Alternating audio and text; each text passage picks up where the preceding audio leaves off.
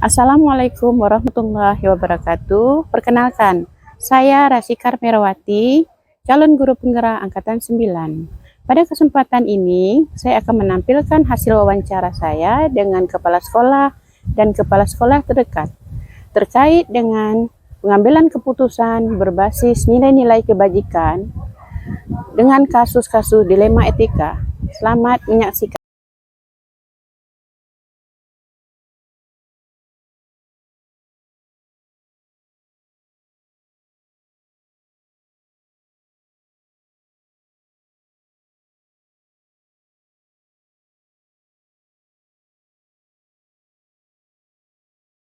Wabarakatuh.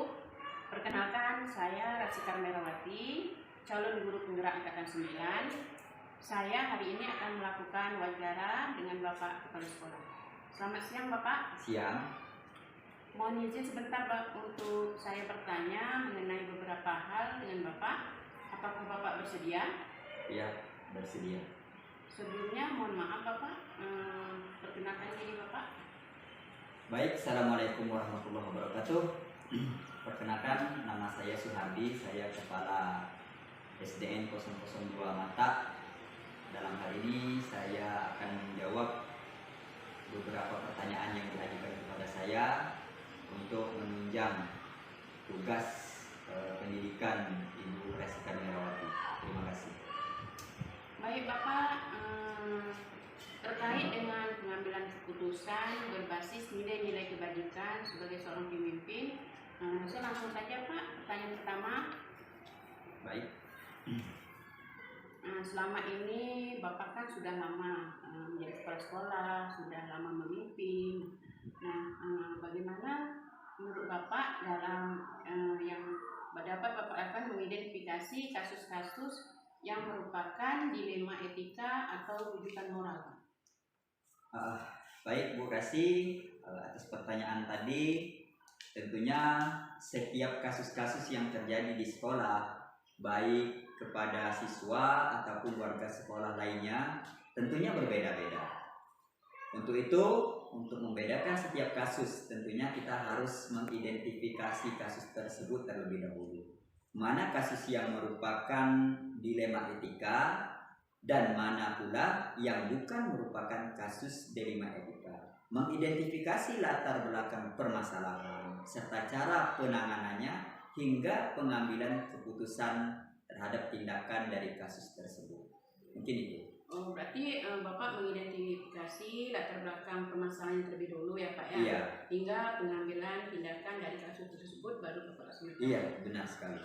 Baik, Bapak. Pertanyaan kedua, selama ini bagaimana Bapak menjalankan pengambilan keputusan di sekolah Bapak, terutama untuk kasus-kasus dilema itu ada dua kepentingan yang sama-sama benar atau sama-sama mengandung nilai kebajikan, Pak?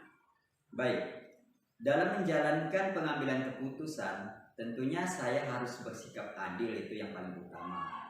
Mengikuti aturan-aturan yang ada, tidak memihak kepada satu golongan atau golongan tertentu, tidak mementingkan salah satu individu ataupun kelompok, serta tidak mengutamakan kepentingan diri saya sendiri. Mempertimbangkan kepada kemaslahatan itu yang lebih utama, dan juga lebih jelasnya itu saya mengacu kepada 9 langkah dalam pengambilan keputusan tersebut. Terima kasih. Berarti Bapak untuk menjalankan mengambil keputusan itu Bapak mengacu kepada 9 langkah ya, Pak ya? Iya, benar. Keputusan. Ya. Baik, Bapak. Yang ketiga, nah langkah-langkah atau prosedur seperti apa yang bisa Bapak lakukan selama ini, Pak?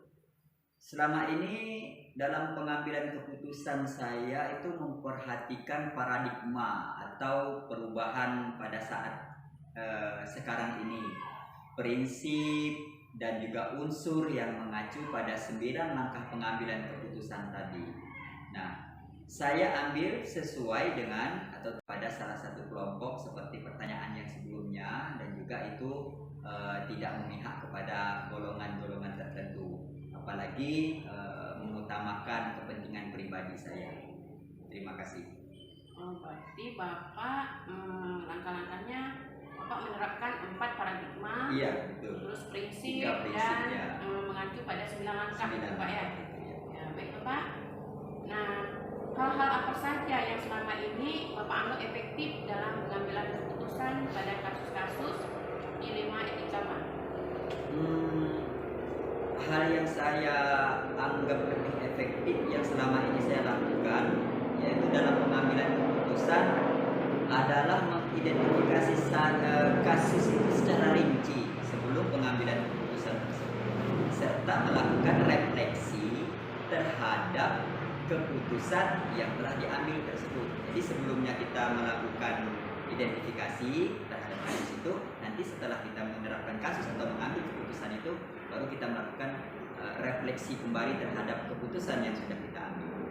Jadi Bapak dalam mengambil keputusan itu Bapak mengidentifikasi mengidentifikasi secara rinci sebelum Bapak mengambil keputusan. Dan setelah keputusan itu diambil, ya, kita lakukan refleksi kembali terhadap keputusan tersebut.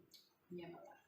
Selanjutnya Pak, hal-hal apa saja yang selama ini merupakan tantangan dalam pengambilan keputusan pada kasus-kasus dilema etika? Tentunya banyak sekali tantangannya dalam pengambilan keputusan ini. Yang saya hadapi dalam pengambilan keputusan ini, karena masih terlintas, ini salah satu tantangan masih terlintasnya untuk memihak ke salah satu pihak atau atas dasar kasihan, itu selalu terpikirkan. Memang pada kenyataannya memang tidak pernah saya lakukan hal tersebut, tapi pernah terpikir bahwa untuk memihak ke salah satu pihak atau atas dasar kasihan tadi. Kemudian atas dasar kekeluargaan, itu juga merupakan salah satu tantangan. Selain itu ada hal lain juga yang menjadi tantangan bagi saya dalam pengambilan keputusan, yaitu faktor eksternal, ya, faktor eksternal seperti lingkungan dan juga keluarga, itu menjadi kendala, ya, atau tantangan bagi saya dalam mengambil suatu keputusan. Di dalam Bapak mengambil keputusan itu ada dasar kasihan atau dasar kekeluargaan, terus ada juga faktor-faktor tekanan dari luar, gitu Pak ya. Iya. Bapak, pertanyaan selanjutnya, apakah Bapak memiliki sebuah tata cara atau jadwal tertentu dalam sebuah penyelesaian kasus dilema etika? Apakah Bapak langsung menyelesaikan di tempat atau memiliki sebuah jadwal untuk menyelesaikan? Bentuk prosedur seperti apa yang Bapak jalankan? Baik, selama kasus yang pernah saya hadapi, ada beberapa kasus yang saya selesaikan berdasarkan jadwal, atau saya membuat jadwal untuk menyelesaikan kasus tersebut. Ada juga kasus yang saya selesaikan tanpa jadwal, seperti kasus-kasus yang sifatnya ringan, itu penyelesaiannya langsung diselesaikan di tempat.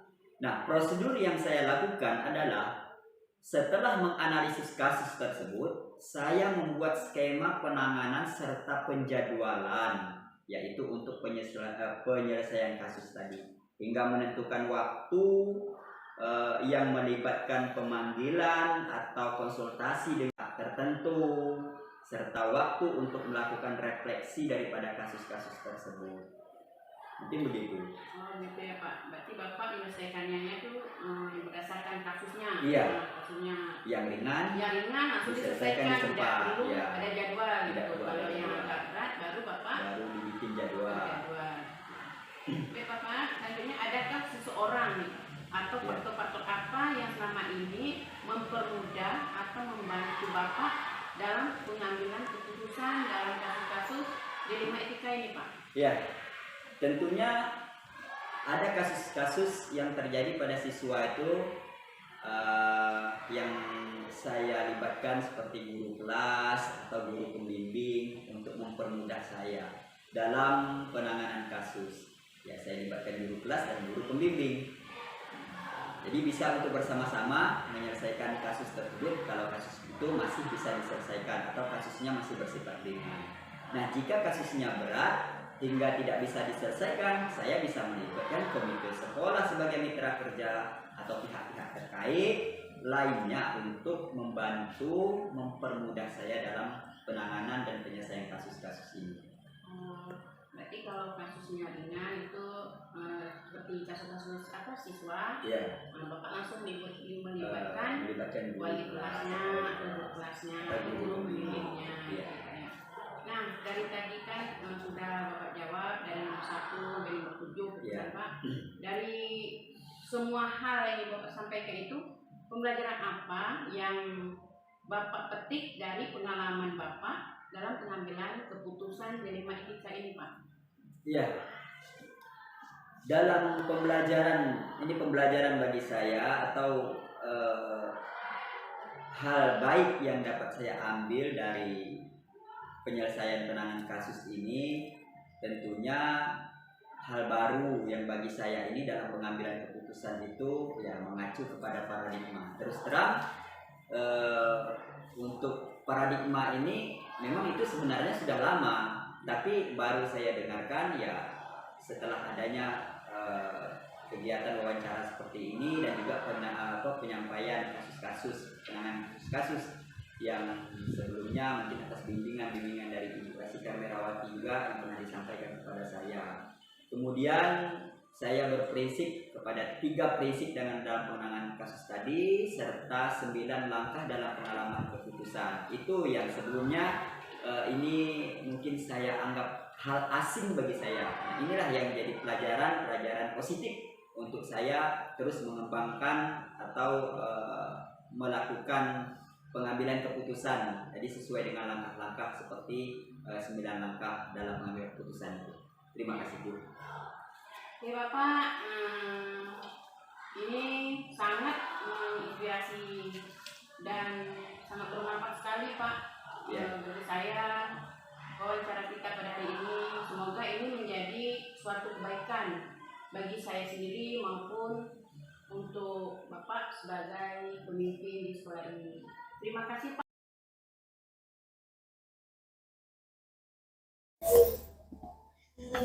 Assalamualaikum warahmatullahi wabarakatuh. Perkenalkan, saya guru penggerak angkatan 9. Saya akan melakukan wawancara dengan Ibu Kepala Sekolah. Selamat siang Ibu. Selamat siang. Mohon izin sebentar untuk saya bertanya mengenai beberapa hal dengan Ibu.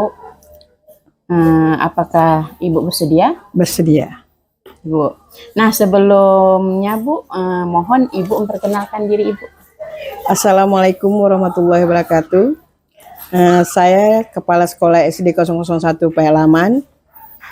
Nama saya Asnidar SPD SD SD 001 Pelaman. Baik Ibu, terkait dengan pengambilan keputusan berbasis nilai kebajikan sebagai seorang pemimpin, saya langsung saja Bu, pertanyaan pertama ya Bu. Pertanyaan pertama saya, bagaimana selama ini Ibu dapat mengidentifikasi kasus-kasus yang merupakan dilema etika atau bujukan moral Bu?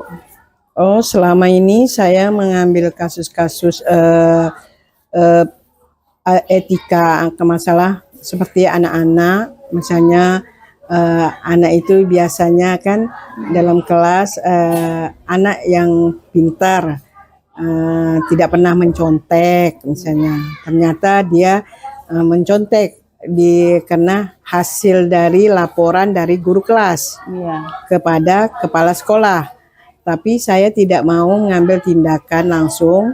Saya harus berkompromi dulu dengan kepala sekolah dan kita tanya dulu dengan anak itu apa masalahnya sampai dia mencontek.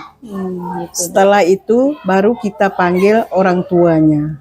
Jadi kita panggil orang tuanya, kita selesaikan masalah ini tidak sebelah pihak. Jadi bukan kita mendengar sebelah pihak dari gurunya, tapi dengan anaknya, tapi kita panggil orang tuanya. Jadi jangan sampai orang tuanya tidak tahu apa kelaku anaknya di sekolah ini. Mungkin orang tuanya berprinsip anaknya baik-baik saja, tetapi ternyata kan anaknya kan ada masalah. Jadi kita ngambil keputusan itu bukan sebelah pihak. Oh gitu Bu ya, berarti harus ada ini dihadapkan sama-sama orang tua, wali kelas, gitu, Bu, ya. anaknya. Jadi keputusannya tuh harus bersama, Sama keputusan bersama, tidak pihak. merugikan sebelah pihak. Gitu, Bu, ya.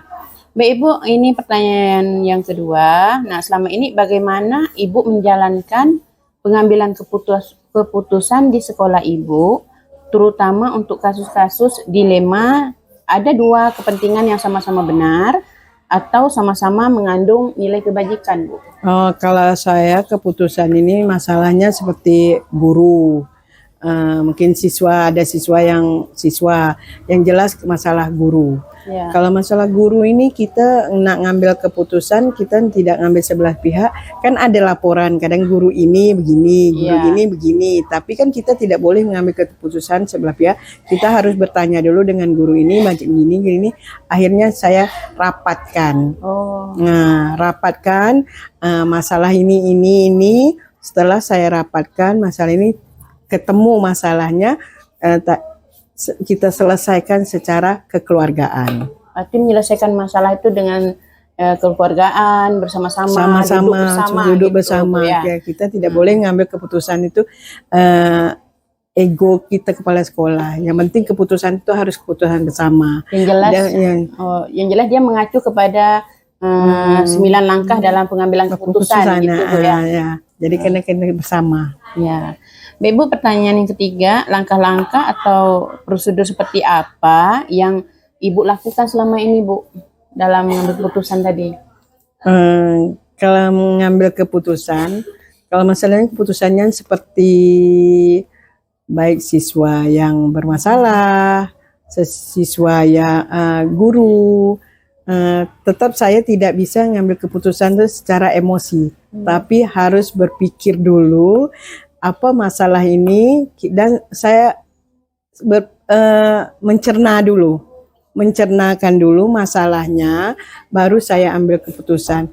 Dan keputusan itu tidak menyinggung dan tidak merugikan orang lain. Nah, yang penting keputusan itu yang diambil keputusan mendidik, supaya mereka tuh bagaimana ya, tidak merasa tersinggung, merasa tekan. Kalau anak-anak masalah itu, yang penting guru itu pokoknya kalau jadi pemimpin itu tidak boleh egois. Itu aja. Berarti tetap Ibu mengacu pada 9 langkah pengambilan keputusan tadi, Bu, ya. Berarti Ibu tidak mengambil keputusan itu tidak memihak kepada enggak ada ini gitu. Saudara ini si A, ini si. Di sini pernah kejadiannya waktu rapat menerima putusan rapat untuk naik kelas, ada anak guru yang tak naik kelas.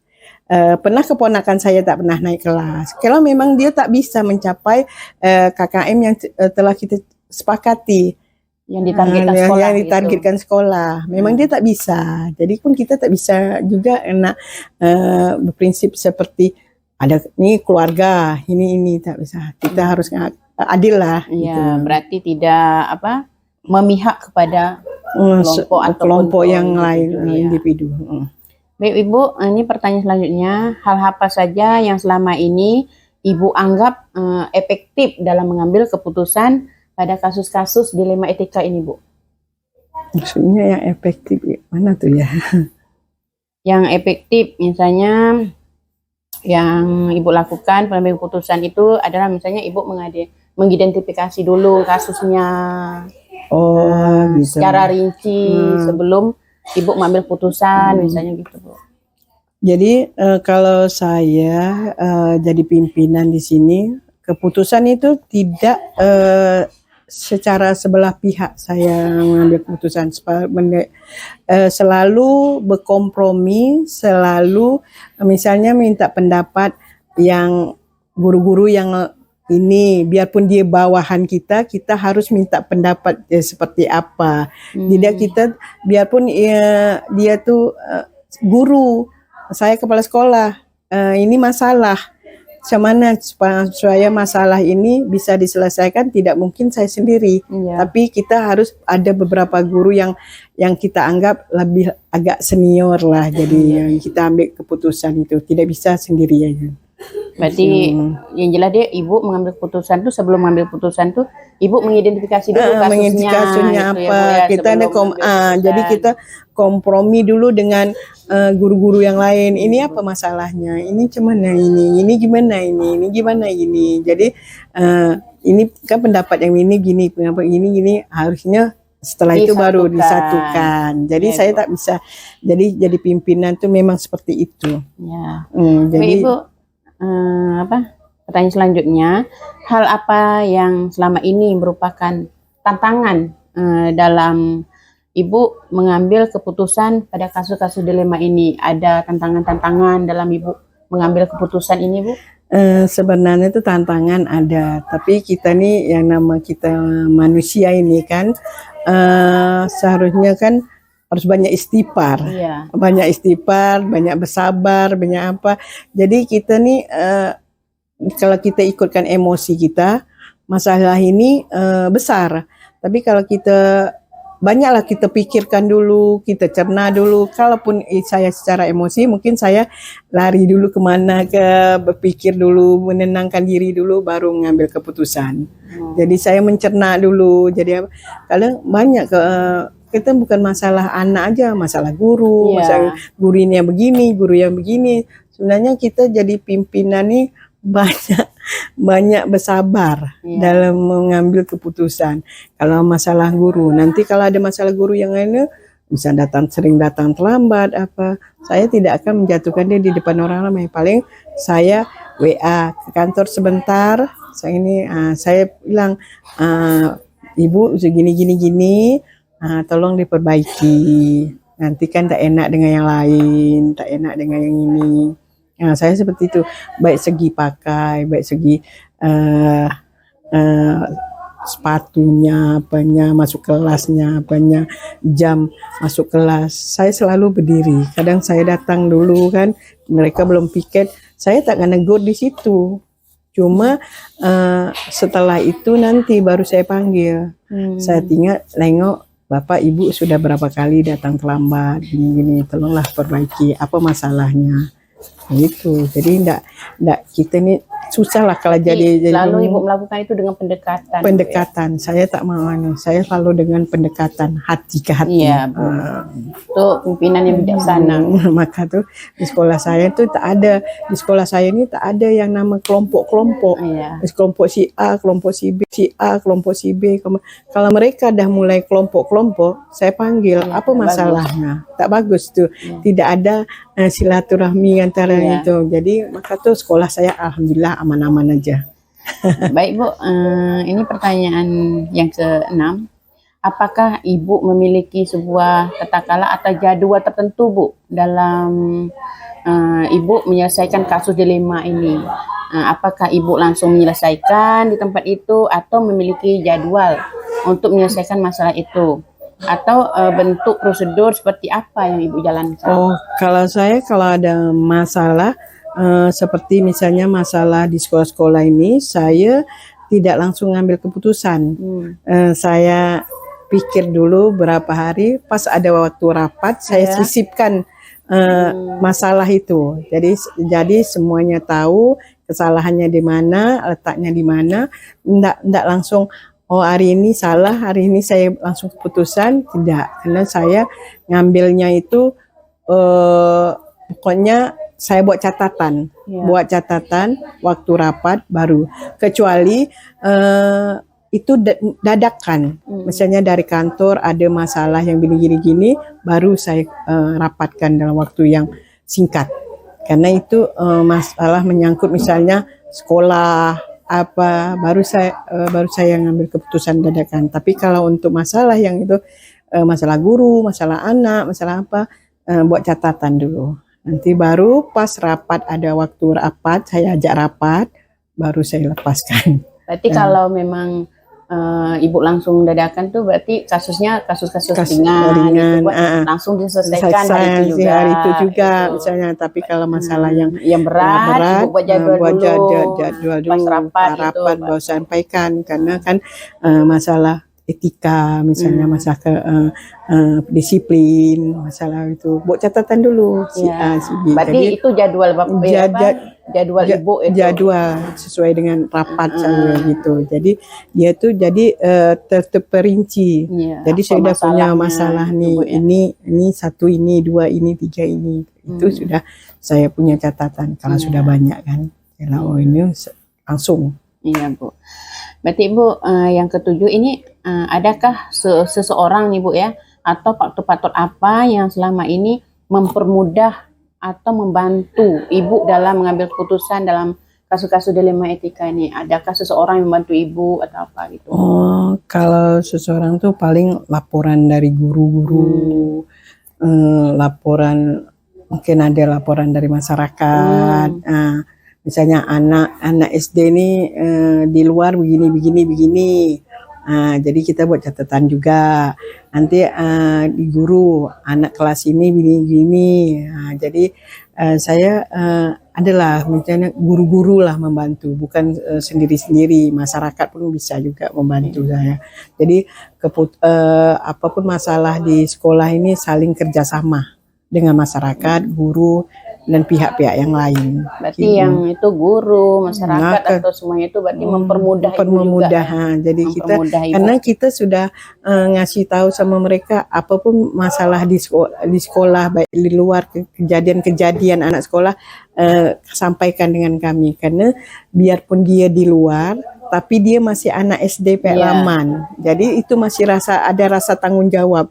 Dia merokok kayak apa kayak di luar, kasih tahu. Mungkin orang tua dia tidak tahu, kita ngasih orang luar ngasih tahu sama kita. Jadi kita yang menyelesaikan itu masalah anak-anak itu yang nasihatkan dia. Jadi saling tolong menolong, ada bantu membantu gitu. Berarti itulah yang terkait yang membantu mempermudah Ibu dalam menyelesaikan kasus-kasus yang ada. Ibu, ini kan tadi dari nomor 1 sampai nomor 7 udah Ibu ini kan masalahnya, udah Ibu jawab semua masalahnya. Ini pertanyaan terakhir Bu, dari semua hal yang telah Ibu sampaikan dari tadi, dari nomor 1 sampai nomor 7 itu Bu, pembelajaran apa yang dapat Ibu petik dari pengalaman Ibu dalam mengambil keputusan dilema etika ini Bu? Oh, kalau saya dalam kegiatan mengambil keputusan yang dilema ini, untuk selama ini, yang jelas saya ngambil keputusan tidak dengan hati yang egois, selalu kerjasama dengan guru-guru, masyarakat, supaya ini berjalan dengan baik. Semoga proses belajar mengajar pun tidak terbengkalai gitu kan. Jadi karena kita sebagai pimpinan jangan ego. Jadi kita jangan pimpinan, kita kalau apapun masalahnya kita harus minta juga pendapat dengan guru-guru, biar rekan-rekan, biarpun dia tuh anak umur baru tadi, karena kalau pendapatnya yang bisa kita ambil untuk pelajari, kita ambil. Itu aja kalau ibu tak mau kita hargailah mereka gitu, karena memang pendapatnya bagus, kenapa tidak? Bukan berarti kita nih jadi pimpinan, jadi pimpinan kita harus begini. Saya tak. Tapi alhamdulillah lah selama ini sekolah saya alhamdulillah lah aman-aman aja, tenang, damai, karena baik yang TU, baik yang pustaka, baik guru-guru, anak-anak. Kalau anak kelas 1, kalau saya ada, memang dia suka dekat dengan saya, karena kita tanya hari ini sarapan apa, bawa apa, ini. Jadi mereka ada rasa pendekatan sama kita. Jadi itulah. Jadi bukan kita nih, kita nih minta dihormati, minta begini, minta gini, enggak. Penting itulah kita sebagai pimpinan tuh, yang kunci utamanya jangan egois saja tuh. Dan jangan egois, dan pendekatan penting. Karena pendekatan itu lebih penting, apalagi rasa kekeluargaan. Itulah kuncinya. Satu kunci yang penting pendekatan, itulah. Baik Bu, sangat menginspirasi dan bermanfaat sekali Bu wawancara ini buat saya pada hari ini. Semoga menjadi suatu kebaikan baik untuk saya sendiri maupun untuk Ibu sebagai pemimpin ataupun kepala sekolah di sini Bu ya. Amin. Terima kasih Bu atas waktunya.